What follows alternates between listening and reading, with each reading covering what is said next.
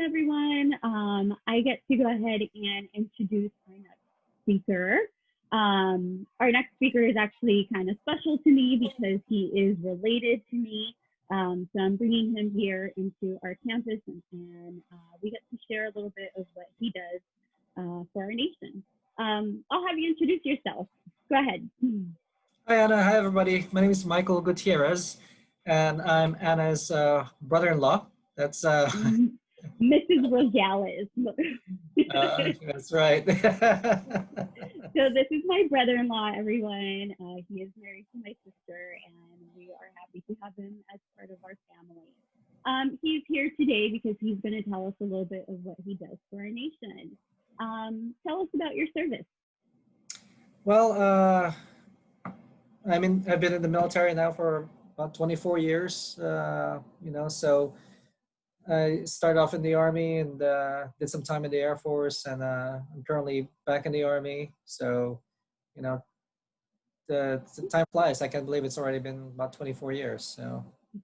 Okay, 24 years, and you've been in two sections. Services, branches, yes. Yeah. Okay. Tell us about your rank. I am currently a major in the U.S. Army Reserve, and that's one of the ranks of being a field officer, field grade officer, that is. Comes with some responsibilities, of leadership primarily.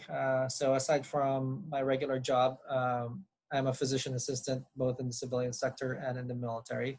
So I'm a medical officer in the Army.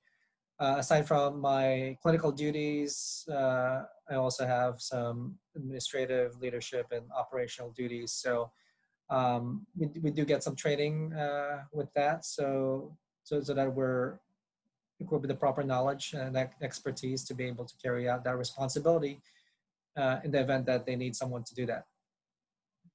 Thank you. Tell us about your last deployment. I told some of my students about that, but not all of. I don't teach all of them on our campus. So tell us a little bit about your last deployment.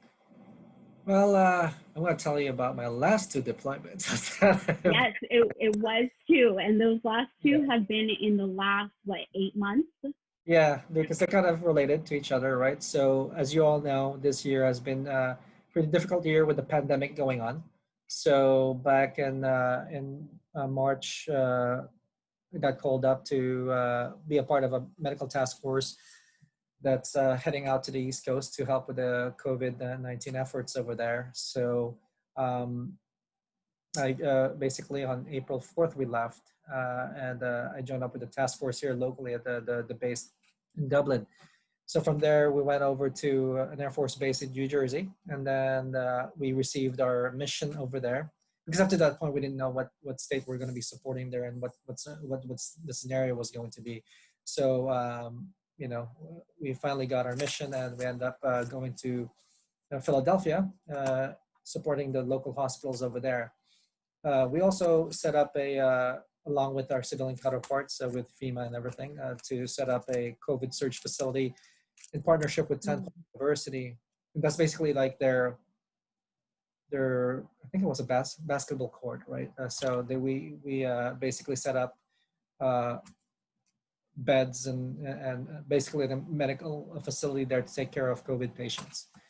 And then when the surge came and went, but the hospitals are still strained, we broke up into smaller groups and went out and helped individual hospitals.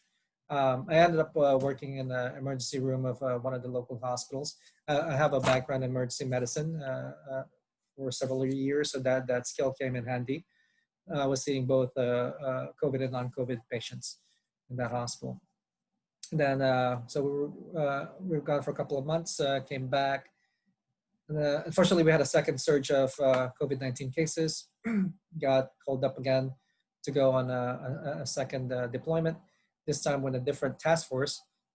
This one is actually my home task force. The first one was a task force that needed medical providers, so they kind of just picked me and put me in that task force.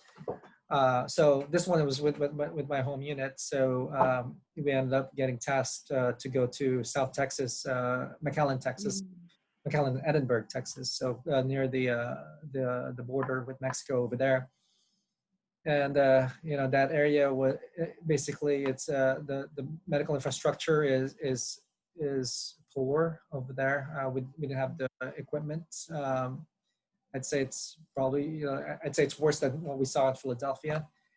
Um, so our task force ended up supporting one hospital system. When we got there, there were at least 200 people that are already in the hospital in the makeshift wards that they had to set up because you know it, they were overwhelmed. So um, so I ended up working in the ICU of that hospital system. I was teamed up with an anesthesiologist and a cardiologist, and we took care of ICU patients. Um, so I did that for when I was gone for a couple of months again on that one, and cases came back down, and I came back home. And so I've been back at my civilian job. I'm a primary care provider here in the Bay Area for about a month now, I think. Yeah. Awesome. Thank you so much for doing that. We appreciate you and your team. Sometimes when we talk to our students or when we're listening to the media and we're talking about the military and how they go outside and they fight these mysterious forces. But to see you here helping our community and our people. Well, it's actually, you know, we're appreciative of the people that actually left behind.